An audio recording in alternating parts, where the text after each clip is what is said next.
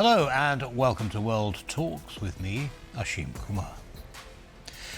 Tonight we examine Ukraine's push for a just peace after London talks with Britain, France and Germany as NATO weighs a €70 billion Ukraine funding pledge. We explore ceasefire terms, air defence shortages and Poland-Ukraine tensions. To lay it all out for us, we're joined by Stephen Moore. He's founder at the Ukraine Freedom Project and a regular contributor. Stephen, welcome back and good to see you again. Always great to be with you. Thank you. So let's start with a quick soundbite and then I'll get your view on it. Sounds great. In my view, Ukraine is starting to prevail on the different front lines, both on the ground, near Donetsk and Pokrovsk, but also with the deep strikes. And that, it looks like, is really changing the whole narrative, the whole perception, which it looks like that it can push Putin for negotiations. OK, so that was Andrius Kubilius. He's European Commissioner for Defence. And he's saying, you know, Ukraine's holding the line and actually even starting to push back on Russia a little bit on the front lines. Add to the, you know, Ukraine's in a position of strength relatively at the moment. Add to that President Zelensky's trip to London, where he met the German, French and British leaders to talk about a peace plan. Are we seeing a shift? Are we getting closer to peace in Ukraine, in your opinion? Well, we are getting closer to a point where Vladimir Putin's going to have to do something because, you know, he had his version of Davos just a few days ago and brought in such luminaries as Steven Seagal, Candace Owens, and, I don't know, the guy in Romania that's there on child trafficking charges, right? The two brothers. Yes, yes. Mm-hmm. So these are the level of folks that he can attract. And the Ukrainians treated him to billowing black smoke over the St. Petersburg skyline. And that's something they've done in 60 different cities and towns and military spots in Russia. So Ukraine is now taking the war to Russia, letting the Russian people know what it's like to live under the threat of air raids and showing them that Vladimir Putin can no longer protect them. So Putin's in a tough spot. And you know, he is no longer able to recruit enough people to fill the shoes of the dead people that they're leaving behind on the battlefield. So it is not looking good for Putin. Right. OK. So does that mean that, for example, the pressure on Putin is increased by the elites in Russia who are paying a price for this never-ending war, it would seem? Yeah. Well, you know, this is the longest war that Russia has fought in a long time, in centuries now, because it's longer than World War II. And, you know, Putin went in, 2014, that'd be 12 years ago. He's been trying to take over Ukraine since then. He's taken 20% of Ukraine, and he has lost 1.4 million soldiers doing that. Now, I think back to the Gulf War in 2003. President George W. Bush went into the Gulf War, and if in 2007, 4 years after he went in there, if he had said, you know, we've only taken 20% of Iraq, and we've lost 1.4 million soldiers doing that, they would have run him out of town on a rail. And I can't imagine that the folks that support him, the oligarchs, the inner circle, are really pleased about this. Yes. Well, Abramovich went to meet President Zelenskyy in Ukraine, and he said that he was a messenger for President Putin. And was there a message that Zelenskyy had for Putin? And of course, we know how Putin responds to Zelensky's messages. President Zelenskyy offered peace terms to Putin, and the response was fairly curt. Do you think this visit by Abramovich is an indication that they're putting pressure, the elites are putting pressure on Putin? Well, we'll see if Abramovich falls out of a window anytime soon. But if he doesn't, then you know that there's a sense of security among the elites that they can do these sort of things and go around Putin and try to do their own foreign policy. And I think that is another way that we can see that Putin is kind of slipping.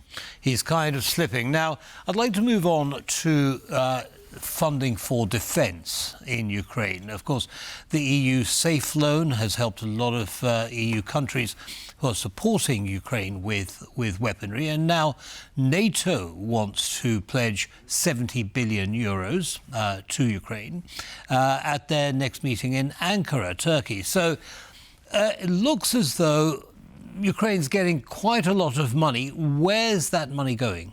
Well, you know, I just got back from, I live in Ukraine, but I just got back from a tour of Ukraine with some conservative journalists that the Ukraine Freedom Project brought over. We started out in Odessa. We embedded with a group of soldiers who were taking out Shahed drones. And we went and saw another group of soldiers who use fixed-wing bombers to attack the Russians.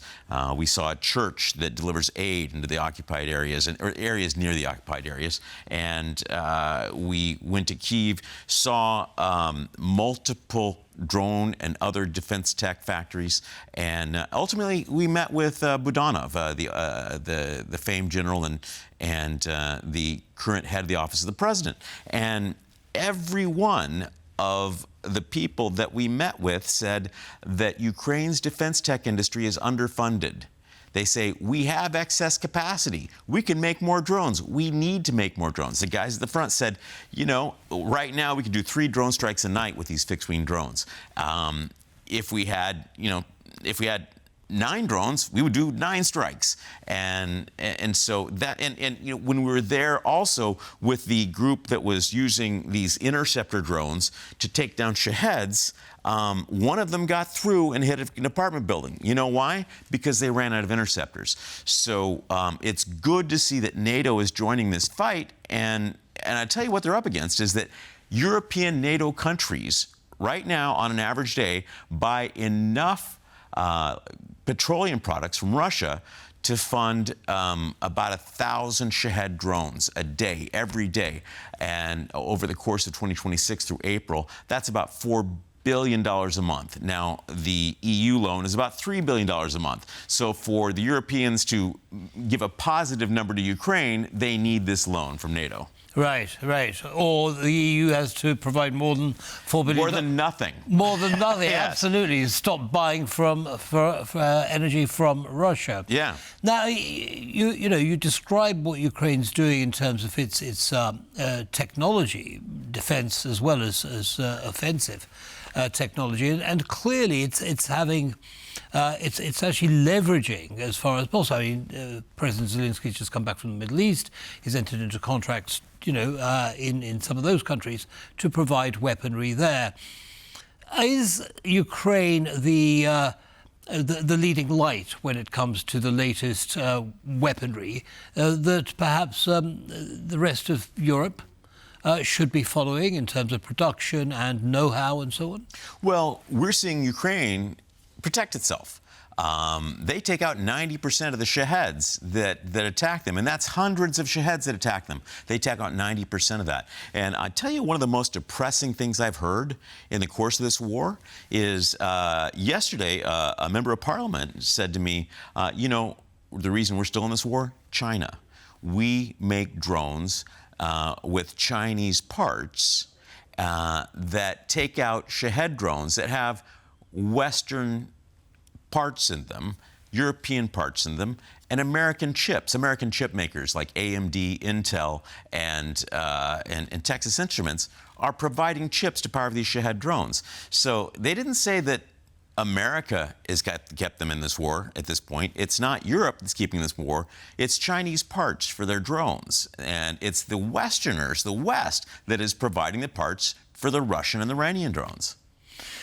Right, well, that's, of course, quite shocking. What should the West be doing collectively about this? Well, I think it's multiple things. President Trump needs to recognize that, America is vulnerable to drone attacks like are happening in Ukraine. And you look at Russia. Russia is having a very tough time defending against Ukrainian drones that are coming in and taking out oil facilities, military facilities, that sort of thing. And it's because it's so big. Guess what other country is super big? America. Mm-hmm. You know, the United States of America does not have the air defenses to defend against anyone who might want to do a drone attack using a Shahed or a Shahed type drone. And it'd be real easy. You pull up in a cargo ship, a bunch of Shaheds fly off, and they exhaust the air defenses on the East Coast because there's hundreds of them. And then, you know, you start taking out apartment buildings, hospitals, right, and other things. And so similar to Spiderweb. Yeah, you know, Operation Spiderweb. Yeah. That would be the 1-year anniversary on that was right. for June 1, and I was actually speaking with Budanov on the 1-year anniversary of that. I was in his office, and that was a thrill. But yeah, you know, that Operation Spiderweb, it's out there. You can't put that genie back in the bottle. It can be used against Europe. You know, I mean, they're already pulling Russian ships up off the coast of Belgium and France and shutting down airports right. in Europe. They can do that in the United States as well. Right. What is you mentioned the US, of course, and what is the attitude, the prevailing attitude on the street when it comes to support for Ukraine? You know, we just actually, I can tell you exactly what it is because we just got a poll back out of the field today. I was looking at it before I came over here, and there's a lot of support for Ukraine. You know, I think we're looking at about 2/3 of Americans support Ukraine and military aid for Ukraine. And you know, what's lacking is the recognition at the top. And you know, and there's some very loud Americans who you know, who are